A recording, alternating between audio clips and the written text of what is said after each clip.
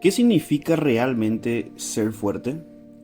En una sociedad actual que nos dicen que los hombres no pueden quebrarse, hoy posiblemente rompamos ese silencio.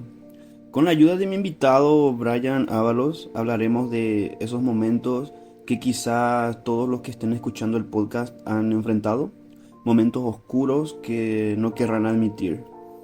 En este episodio vamos a cuestionar esos temas, entender cómo funcionan esas emociones y buscar un debate interesante para ustedes. Hola Alex, ¿qué tal? Me alegra que hayamos podido hablar de este tema antes y dar un pequeño espacio en tu programa para que la gente escuche y opine. Para empezar, voy a explicar que haremos un juego de preguntas y respuestas, opinando sobre el tema presente. Comenzando por el número uno. Cuando sentís que tocaste fondo, ¿cómo describís ese momento? ¿Qué pensamientos o emociones aparecen en tu cabeza?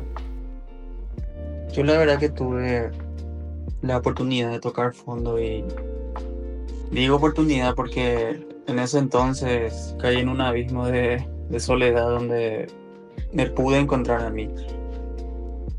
Donde cuando caí en ese lugar no sabía muchas veces si quería salir o solo quería quedarme. Me sentía cansado y mucho menos quise pedir ayuda.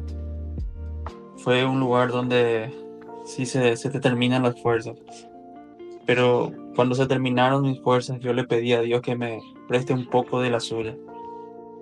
En lo personal, primero entendería que tocar fondo es cuando tenés esa sensación de que ya no hay salida alguna en donde estás parado. Metafóricamente lo describo como un pozo en el que te caíste y ya no podés o querés subir de nuevo. Ahí los pensamientos normales supongo que serían: ¿por qué me pasó a mí? ¿Qué hice mal? Estoy tan cansado y tampoco puedo pedir ayuda porque es algo solamente mío. Por lo general, justamente muchos se acostumbraron a no molestar a los demás con problemas personales que terminan guardando todo. No olvidemos que también nada sucede al azar, tiene que haber algo que provoque esa caída. Por lo que mi siguiente pregunta es: ¿qué crees que lleva a muchos hombres a sentir que no tienen motivación? ¿Es algo interno, externo o una mezcla de ambos?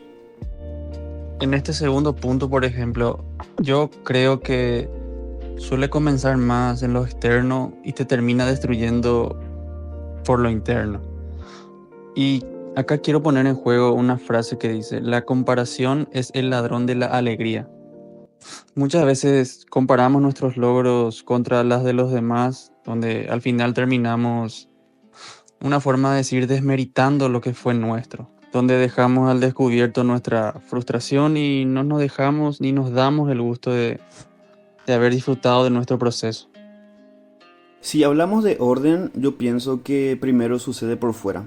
Mirar un ambiente que te amenaza en el sentido de que hay personas que están en una mejor posición, logrando sus objetivos más rápido que vos mismos, y esa comparación provoca que tires todo. No solo hablo de metas, sino también de personas. Tendemos a comparar muchísimas cosas como las parejas.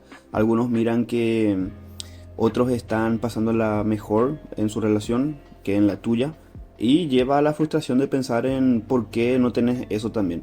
Y entras en un bajón que por lo general tenés que esconder. Que justamente eso lleva a la siguiente pregunta, que sería: ¿qué papel juega la sociedad en la presión que sienten los hombres por siempre mantenerse fuertes, incluso en los momentos difíciles? Yo creo que en este vamos a estar de acuerdo, porque el hombre siempre tuvo el adjetivo de ser fuerte, donde en muchas ocasiones los problemas o pensamientos no superaron por completo, ¿verdad? Por el hecho de no querer mostrar esa vulnerabilidad, cargamos muchas veces en nuestra espalda una especie de mochila y no nos damos cuenta que ahí albergamos solamente de dolor y dudas, solo por el hecho de no querer demostrarnos débiles ante unos ojos ajenos a los nuestros. No digo que, claro, que ser fuerte sea malo, pero ¿cómo podemos ser más fuertes si no nos permitimos antes soltar? No hablaré por todos, pero puedo acertar en que lo primero que pensaron fue: no me pueden ver llorar, qué porquería, o mamá no me puede ver así, no quiero darle problemas a mi novia, y así sucesivamente. Durante muchísimo tiempo estuvimos escuchando conceptos de que el hombre sufre, se sacrifica, trae el pan a la casa y no tiene que llorar porque significaría que no es hombre realmente. Esto no quiere decir que las mujeres hayan impuesto esto. Lo irónico es que entre los hombres se han dicho durante años que eso no se hace, que no lloramos y que debemos seguir adelante, que es nuestro deber. Por eso nos callamos en muchos momentos malos. Por eso ahora te quiero preguntar, ¿cómo te impactan los pensamientos repetitivos o negativos? ¿Cómo se manifiestan en tu día a día? En esta pregunta, por ejemplo, la mente siempre tiende a darle más importancia a lo que resta. Podemos hacer 99 cosas bien, pero cuando fallamos en una, en la última, nos castigamos y dejamos de darle valor a lo que logramos. Y esto, además de reflejarse en nuestras vidas, se refleja en nuestras relaciones, amistades y en nuestra familia, en cualquier tipo de vínculo. Y ahí es donde muchas veces llega la soledad, donde muchas personas prefieren no estar porque prefieren hacerse caso omiso. Por eso muchas veces buscamos distracciones, ya sean salidas o planes, cualquier cosa para desviar nuestra atención. Y el problema es que muchas veces nos preguntamos, ¿qué estoy haciendo mal? En vez de cambiar esa pregunta por un ¿qué me está queriendo enseñar? A mí en lo personal, gracias a mucha ayuda que tuve, veo las cosas de forma positiva, pero claro, ahora el tema es otro. Antes cuando tenía mis bajones me obligaban a encerrarme y a callar todo. Simplemente decía que no quería hablar, que quería estar solo, etcétera. Incluso decía esas cosas como para que mis amigos me insistan en que podamos hacer algo, porque me sentía solo. Y esto es lo peor, porque en todo mi día me iba súper bien, pero cuando ocurría algo malo, justamente como dijiste, por más pequeño que sea, todo el día ya se manchaba de ese momento. Y ahí sentí que perdí el día. Eso es lo que hacemos mal, que un 10% de algo malo arruine el 90% de lo bien que le estabas pasando. Y cuando eso pasa no sabes qué hacer. Por eso quiero preguntarte, para vos, ¿cuáles crees que son los principales obstáculos para que un hombre pida ayuda sobre su estado emocional? Como te dije anteriormente, el hecho de buscar ayuda nos hace sentir vulnerables. Y eso para nosotros es un motivo más que suficiente. Y el orgullo también forma parte de esto, donde nos ciega a muchas cosas que serían profundamente beneficiosas. Pero eso al final nos termina desgastando. Y acá quiero poner en juego una frase que siempre nos decimos, escuchamos. Yo puedo solo, yo siempre pude solo. Pero alguna vez nos preguntamos, ¿por qué tenemos que cargar con todos solos? Claro, claro. De hecho que, como dijimos antes, lo principal es ese concepto de que nosotros tenemos que ser fuertes. Entonces el obstáculo es el propio pensamiento. Incluso también pensar que no nos van a tomar en serio o van a minimizar los problemas con un todos la pasamos mal, así que no te preocupes. Obviamente como cualquiera, tampoco vamos a quedarnos siempre mal. Vamos a ver la forma para estar mejor de nuevo o salir de ese pozo. Y por eso quiero preguntarte lo siguiente. ¿Dónde o en qué suelen encontrar inspiración los hombres cuando sienten que todo está perdido?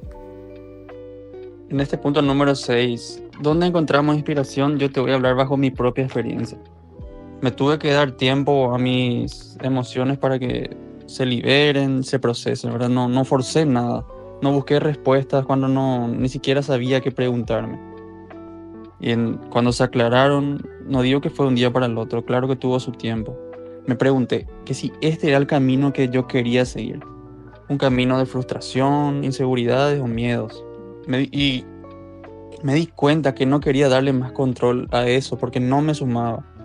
Que si yo mismo no quería salir de ahí, nadie iba a venir a rescatarme.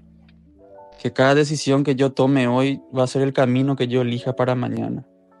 Y fue ahí donde me encontré, vamos a decir, un momento de inspiración. Me di cuenta que cuanto más me quedaba en el tren equivocado, más caro iba a ser mi regreso de viaje. Con esta pregunta puedo mencionar algunas cosas desde mi experiencia con amigos y tal. Algunos ni siquiera tenían inspiración en nada, entonces acudían a terapia, medio obligados, para comprobar si así iban a mejorar la visión que tenían de las situaciones que presentaban. Otros era que les dijeran que estaba bien no estar bien, que en lo personal no me gusta esa frase, pero este tema será para otra ocasión. Bueno, siguiendo. En lo personal encontraba motivación en frases de superioridad, de control, de que yo construyo mi camino y que todo dependía de que yo actúe. O sea, que yo debía levantarme de ese pozo y escalar como sea, ya sea solos o con tus seres queridos. Que por eso ahora quiero preguntarte qué importancia tienen las relaciones cercanas como la familia, los amigos o las parejas cuando se atraviesan momentos de oscuridad. No, no estoy muy de acuerdo, ¿verdad? Porque siempre se dice que la familia es el sustento en tu momento difícil.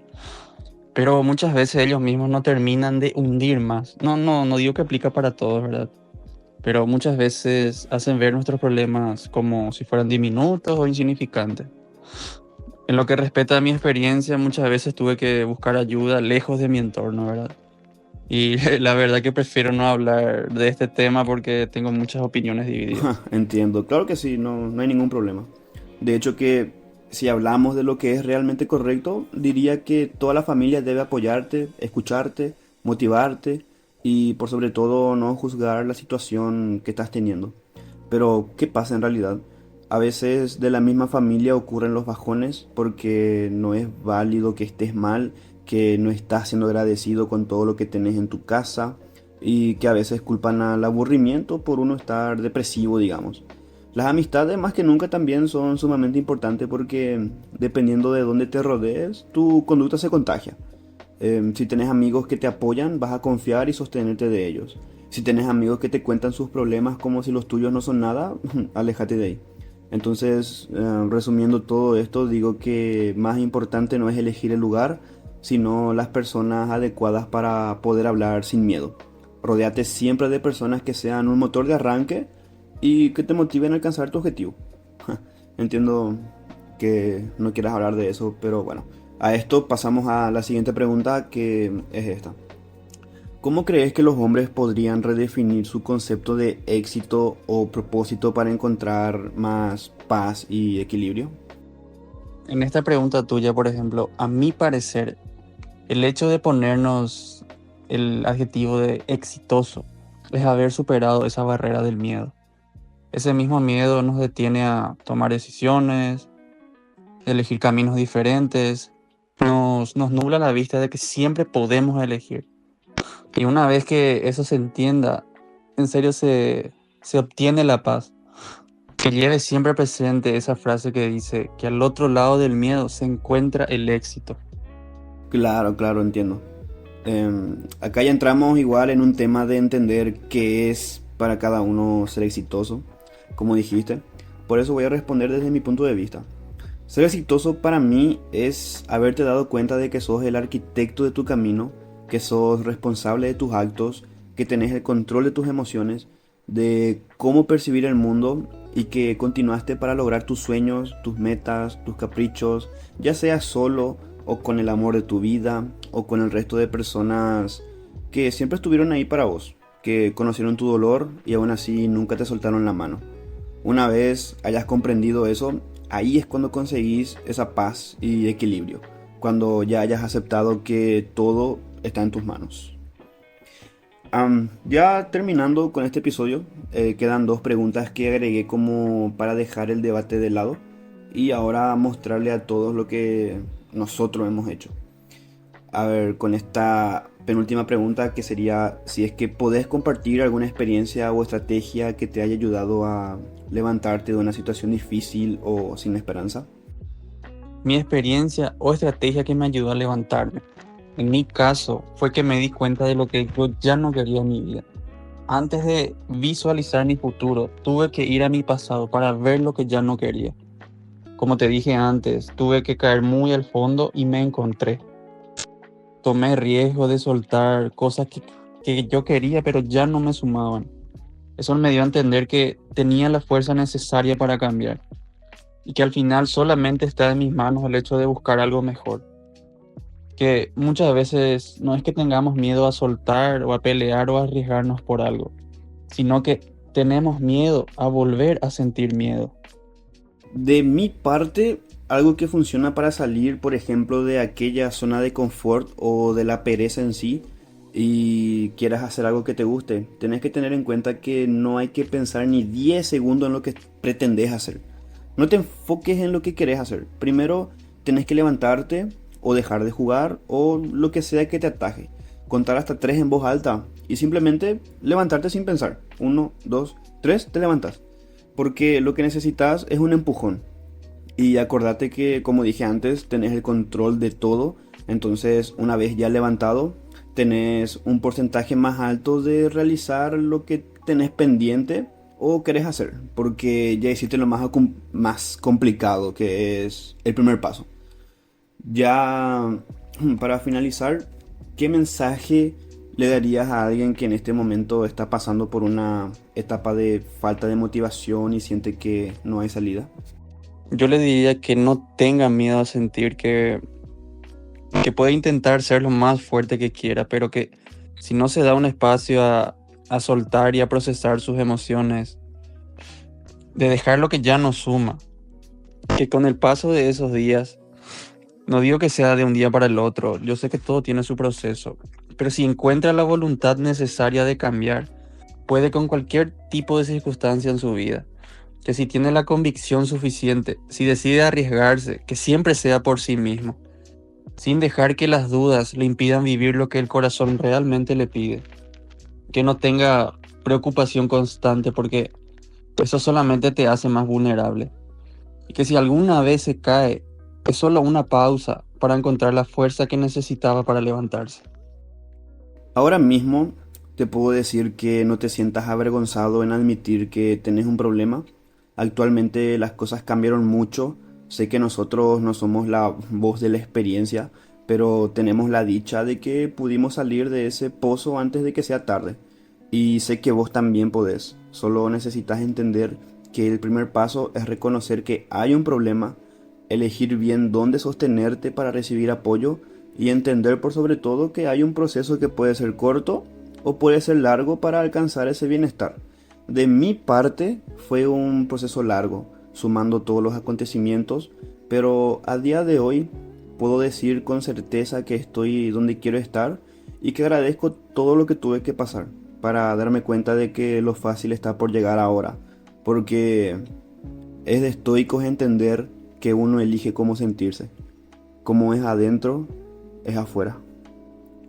Muchas gracias por escucharnos. Próximamente nuevos episodios te esperan.